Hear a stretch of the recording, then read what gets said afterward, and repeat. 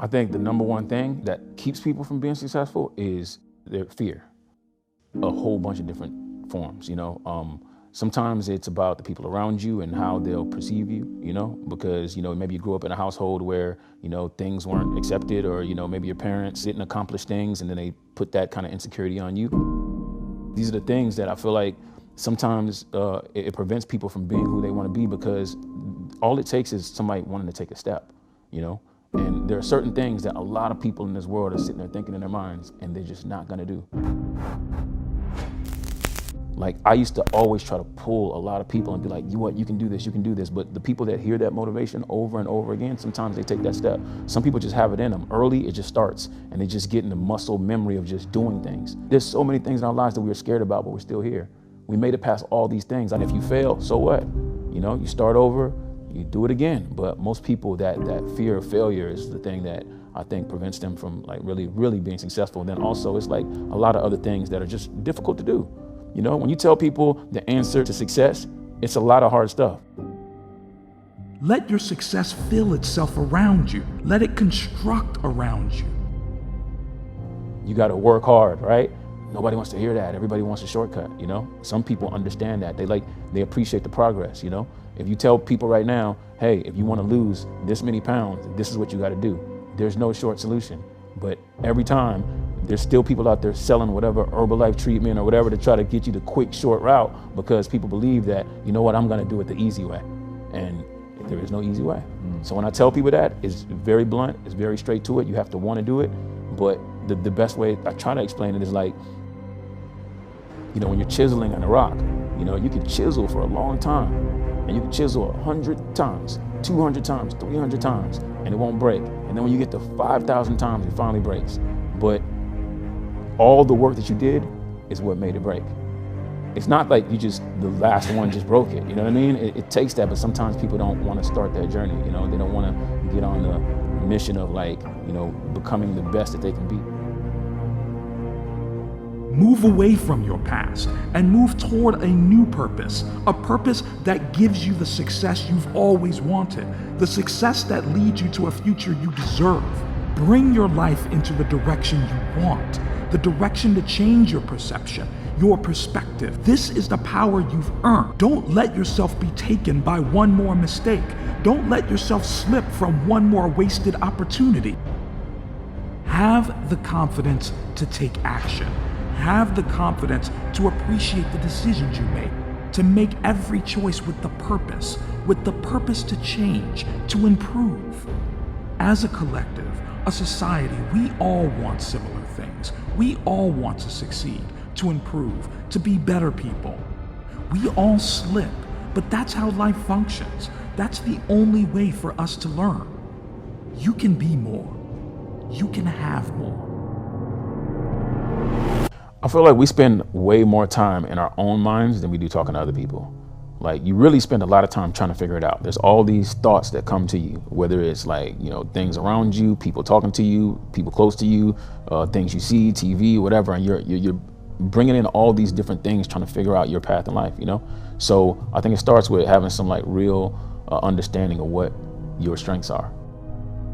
It's about being honest. You know, a lot of people just aren't honest with themselves. You're telling yourself this thing, but you like, there's so many people that say, oh, I'm gonna be an entrepreneur, I'm gonna do this. And if you really dive down into deep, they don't really believe it, you know? And that's okay, you can unlock that, but you have to figure out how to unlock it. There's a conscience that's sitting right here telling you this thing, and you try to brush it off. You have to be very honest with yourself. And then if you're not, that doesn't mean you can't succeed. It means that now you're very honest, and knowing you're not as good, then you can work on getting good. But if you think you're already good at it, you don't work on it. So I spent a lot of time just reflecting on like, man, what am I good at?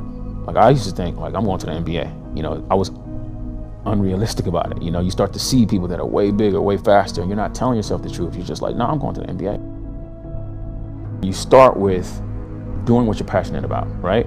Because there are a lot of people that are going through life right now trying to figure it out. Like, man, I don't know what I want to be. I don't know. Like, I was at that moment. It's not about money. I want to make it very clear. The money will come if you focus on passion, you focus on information and relationship. And I'm going to stand on the top of the mountain and sing that all day. And hopefully it has a real impact on people's lives. And I'm going to feel good about that. I'm not gonna feel good if I go to the grave as being the only person with the information and the money and I just had all this money. I'm gonna feel good if I'm able to impact a lot of people and that don't have access to this information and a good life, a quality life, and they have one. That's awesome. That makes me feel real good. I think the true measure of wealth is happiness, right? Like, I really do. And it's not saying that I'm against money. I'm not against that at all. Because you gotta work hard, make your money to take care of your family and be able to bless people.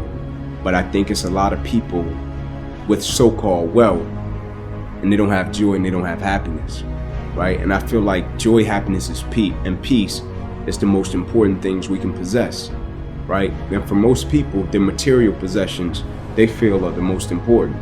For me, when you got joy, when you got peace, when you got happiness, I think that's true wealth, because you can't put a price on that. Having a purpose is that thing that makes us tick, that gets us up every day and gets us over the hump of opposition and adversity.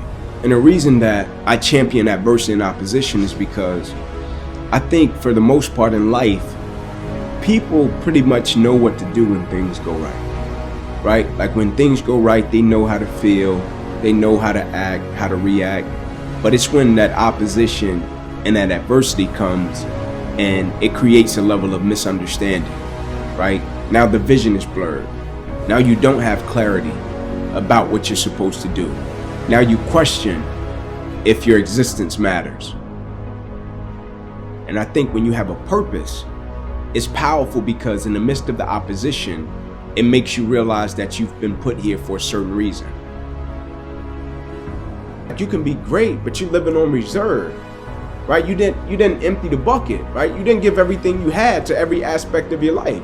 Like for most people, they're great professionally, but they end up becoming a public success, and behind closed doors, they're a private failure. Not because they don't have the talent or the skill set, they don't have the character, right? That they can apply it and be consistent in every aspect of their life and empty out everything they got to everything. Right? Now one would say, okay, well, when do you tone it back, right? You find pockets to turn it back, right? Of course, you don't just give everything you got all the time, right? You get to a point where you learn to be efficient and effective in every aspect of your life. And for most people, it's not a problem of skill set. It's a problem of character. And empty the bucket is having the right character to be consistent and empty out everything you got in every aspect of your life. Either somebody is in the midst of adversity or just came out of adversity, or it won't be long before they head into adversity. So you need to be prepared either way. And so we all go through adversity, opposition. I think that's the thing that makes us all in common as people, right? No matter if you're from London, Atlanta, Florida, California, New York, like we're all going to go through something at some point or phase in our life. Right? And as cliche as it sounds when a quote says, it's never about what happens to you, it's about how you respond to it. That's very true, right? But in the same sense, I think what's most important is when we go through something, what's the perspective that we have of it, right? Because for most people, when you go through something, the person's natural perspective is, okay, what did I lose, right? What happened to me? Like I took a loss, right? People never look at it and say, okay, man, tell me, what did you gain? Right? Even though I know it hurt, you didn't want to go through it, but look at it in a way to where you can say, what's the lesson in this? Right? What would you say life is trying to teach you from dealing with this?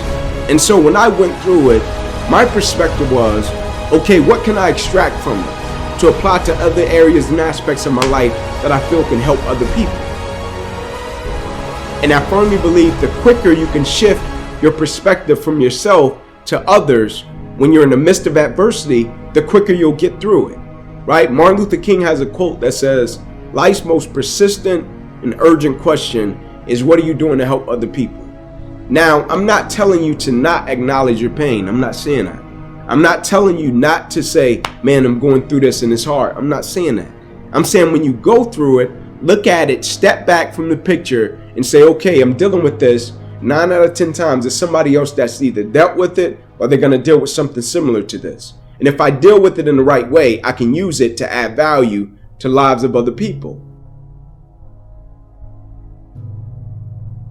Like when we go through a situation and circumstance, it's easy to step back and think, man, I just went through this and it's just my experience.